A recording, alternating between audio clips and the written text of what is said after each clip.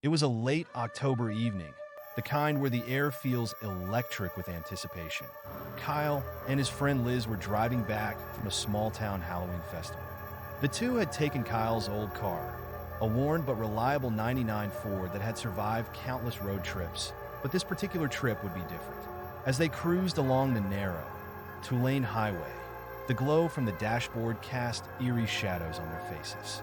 They were miles from the nearest town, surrounded by dense woods that seemed to stretch on forever.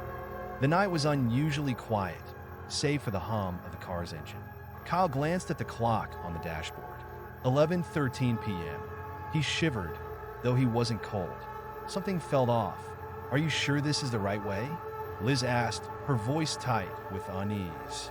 Kyle checked his phone's GPS, but the screen was blank. No signal. He tried to laugh it off. "Yeah, we're fine. This is just one of those back roads with no service. We'll hit the interstate soon." Just then, the engine sputtered. The car jerked violently before slowing to a crawl. "What the hell?" Kyle muttered, gripping the steering wheel tightly. He glanced at the gas gauge. It was full. His heart pounded as the car came to a complete stop in the middle of the deserted road. "Why did we stop?" Liz asked, her voice rising. Kyle shook his head. "I don't know. The engine just died." The darkness outside seemed to press in around them. Without the hum of the car, the silence was suffocating. Kyle reached for the key, turning it in the ignition. Nothing. Not even a click. "Maybe we should call someone?"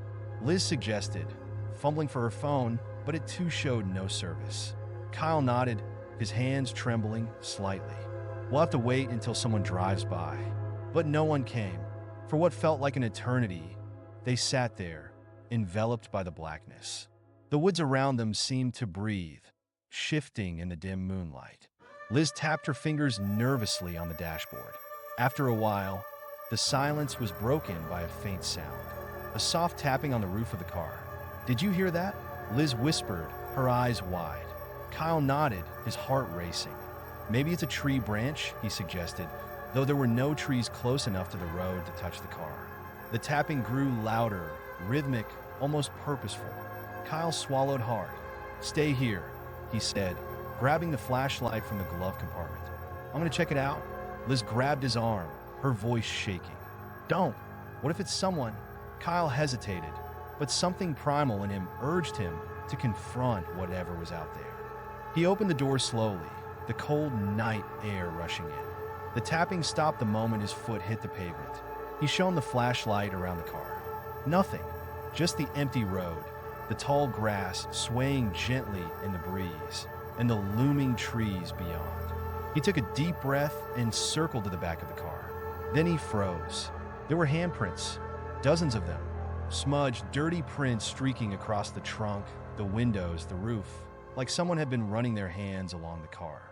Kyle's blood turned to ice. He staggered backward, his mind racing. Suddenly, there was a loud bang from the front of the car. Liz screamed. Kyle rushed back to the driver's side. But before he could reach the door, he saw it, a shadowy figure standing just beyond the headlights, its outline barely visible. The figure was tall and impossibly thin, its face obscured by the darkness. "Get in the car!" Liz yelled from inside. Kyle scrambled back into the driver's seat, slamming the door behind him. The figure didn't move, but Kyle could feel its gaze locked on them. His hands shook as he tried the ignition again. Miraculously, the engine roared to life. Without hesitation, Kyle slammed his foot on the gas pedal. The car lurched forward, tires screeching as they sped away. For several miles, neither of them spoke, the adrenaline still coursing through their veins. It wasn't until they finally reached the safety of the interstate that Kyle dared to glance in the rearview mirror. The road behind them was empty. Weeks later, Kyle found himself scouring online forums, trying to make sense of what had happened that night. That's when he stumbled across an old news article. It detailed a string of disappearances along that very stretch of highway. According to the article, several motorists had gone missing under mysterious circumstances. Their cars were often found abandoned on the road with no sign of struggle, except for one strange detail. Each vehicle had been covered in handprints, as if something had tried to stop them from leaving. Chills ran down Kyle's spine as he read the final sentence. None of the drivers were ever found,